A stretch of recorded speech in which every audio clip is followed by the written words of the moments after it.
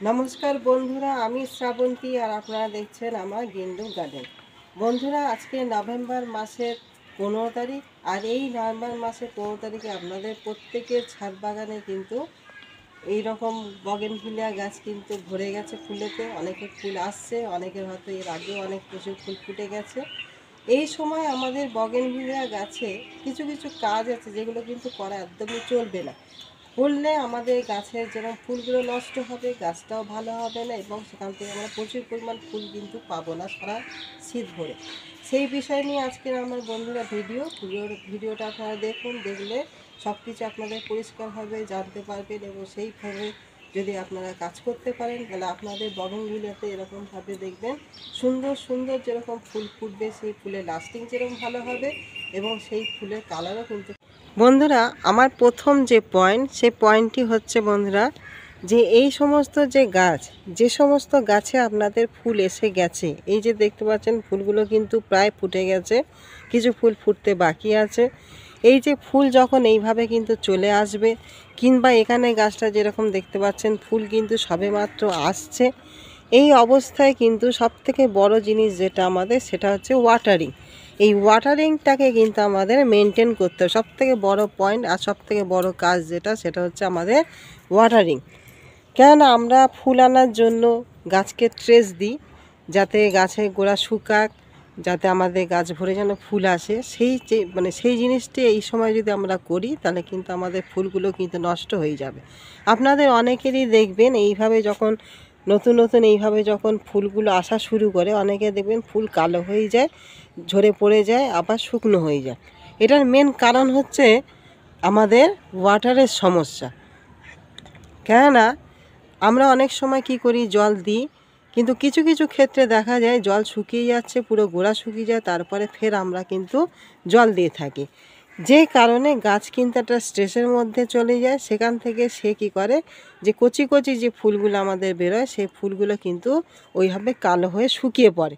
সেই জন্য সবথেকে বড় পয়েন্ট যেটা আমাদের কোনো মতে করা যাবে না, সেটা হচ্ছে আমাদের জল কিন্তু সবসময় মেনটেন করে কিন্তু দিতে হবে গাছগুলোতে, যাতে আমাদের গাছের গোড়া যেন শুকনো না হয়, সবসময় যেন একটা ময়েশ্চার থাকে।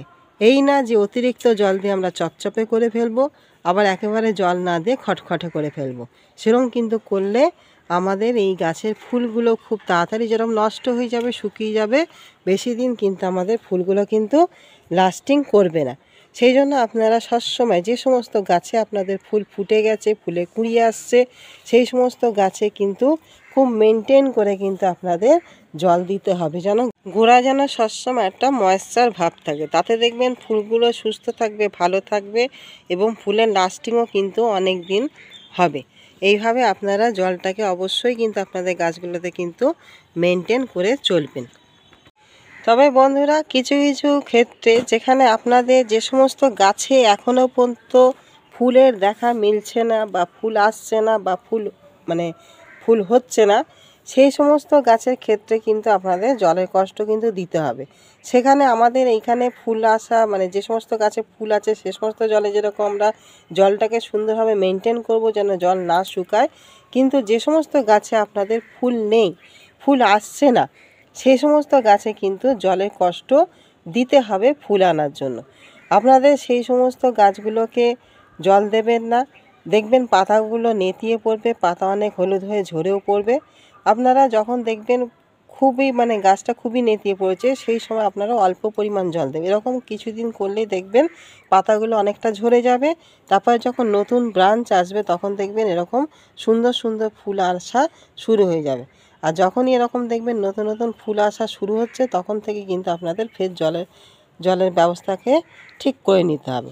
তবে হ্যাঁ, পাতা নেতিয়ে একেবারে গাছ শুকাবেন না, এটা অবশ্যই কিন্তু মনে রাখবেন।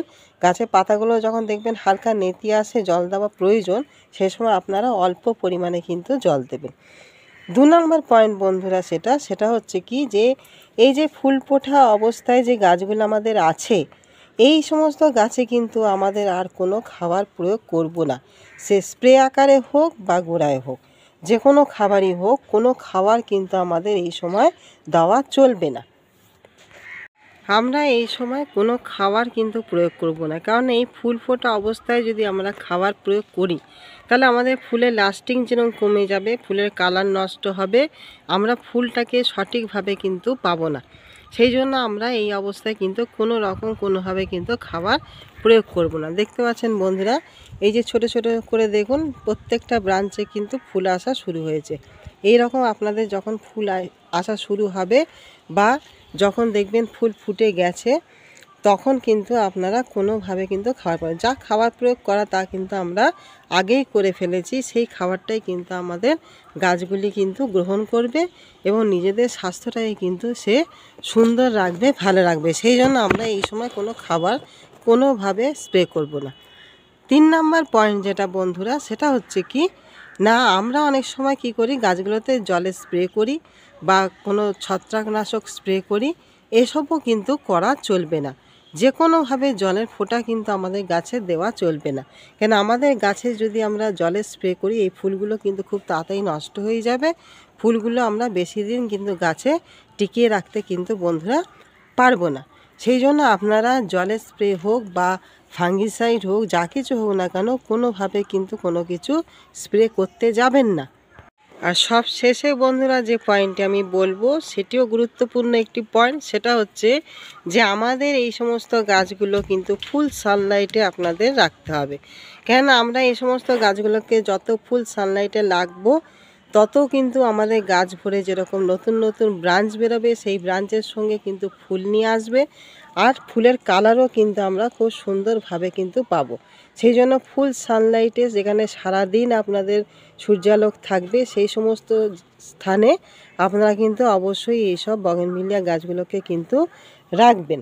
ফুল সানলাইটে কিন্তু রাখতে হবে, তাতে দেখবেন আপনাদের গাছ ভরে যেরকম ফুল আসবে, ফুলের কালারটাও সুন্দর হবে এবং সেই ফুলগুলো প্রচুর লাস্টিংও কিন্তু করবে। বন্ধুরা, আশা করি ভিডিওটা আপনারা পুরোপুরি পরিষ্কার হতে পেরেছেন। যে কাজগুলো আমরা বগেনভিলিয়া গাছে, আমাদের যে ফুল ফোটা অবস্থায় যে বগেনভিলিয়া গাছগুলো রয়েছে সেই সমস্ত গাছে আপনারা কোন কোন কাজগুলো করবেন না, সেই সমস্ত জিনিস কিন্তু আমি বন্ধুরা আপনাদের জানিয়ে দিলাম। আশা করি আপনাদের পুরো ব্যাপারটা পরিষ্কার করতে পেরেছি। ভিডিওটি কেমন লাগলো বন্ধুরা জানাবেন। ভালো লাগলে অবশ্যই কিন্তু একটা সাবস্ক্রাইব করবেন, লাইক করবেন, কমেন্ট করবেন আর শেয়ার করতে ভুলবেন না। আগামী দিন আরেকটি কোনো নতুন ভিডিও নিয়ে ফের আপনাদের সামনে উপস্থাপন করব। তাহলে আজকের জন্য বন্ধুরা আমি আসি, নমস্কার।